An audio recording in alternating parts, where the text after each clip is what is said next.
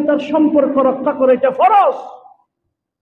দুনিয়ার কিছু 2-1 ঘন্টা সম্পত্তির কারণে বছরের পর বছর ভাইয়ের সাথে ভাই কথা বলে না, বোনের সাথে বোন, ভাই বোন কেউ কারো সাথে মৃত্যু হলেও পর্যন্ত দেখতে আসে।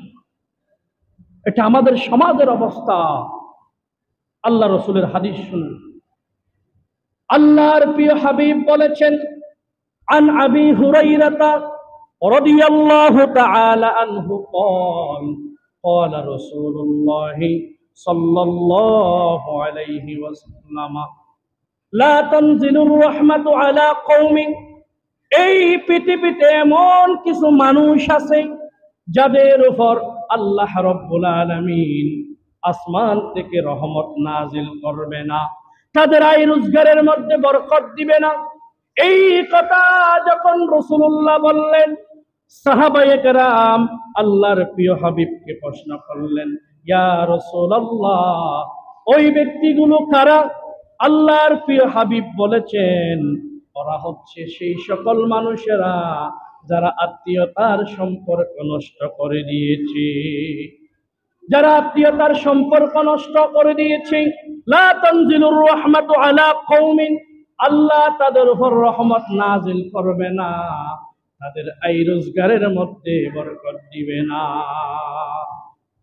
আরো কঠিন কথা শুনুন।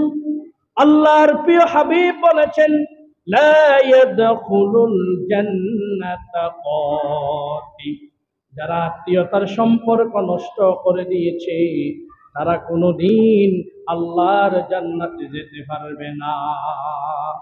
নাউজুবিল্লাহ বলবেন না। আল্লাহর প্রিয় হাবিবের আরেকটি চমৎকার হাদিস আমি আপনাদেরকে শোনাই। আল্লাহর প্রিয় হাবিব বলছেন, কোন মুসলমান নিজের ভাই বোনের সাথে যদি 3 দিন 3 রাতের বেশি কথা না বলে থাকে, লা ইয়াহিল্লু লিরাজুলিন আন ইয়াহজুরা আখাহু ফাওকা সালাসিন, যদি কোনো মুসলমান, যদি কোনো আত্মীয় স্বজন 3 দিন 3 রাতের চাইতে বেশি যদি আত্মীয়তার সম্পর্ক নষ্ট করে থাকে, আল্লাহর প্রিয় হাবিব বলেছেন, ওই ব্যক্তি যখন ইন্তেকাল করবে ওই ব্যক্তি জাহান্নাম ছাড়া কিছুই দেখবে না। 3 দিন 3 রাতের চাইতে যদি বেশি কোনো ভাই ভাইয়ের সাথে, কোনো বোন বোনের সাথে, কোনো সন্তান মায়ের সাথে, কোনো মা তার ছেলের সাথে, কোনো মুসলমান যদি কোনো মুসলমানের সাথে 3 দিন 3 রাতের চাইতে বেশি কথা না বলে থাকে, ৪থ দিনের মাথায় ওই ব্যক্তি যদি ইন্তেকাল করে, আল্লাহ রাসূলের ঘোষণা, ফামাতা দখালান নার, ওই ব্যক্তির স্থান হচ্ছে জাহান্নাম। সম্মানিত ভাই বন্ধুগণ, এই হাদিস থেকে আমাদের ভিতর যদি সেই রকম গুণ থাকে, আমাদেরকে এখান থেকে শিক্ষা গ্রহণ করতে হবে।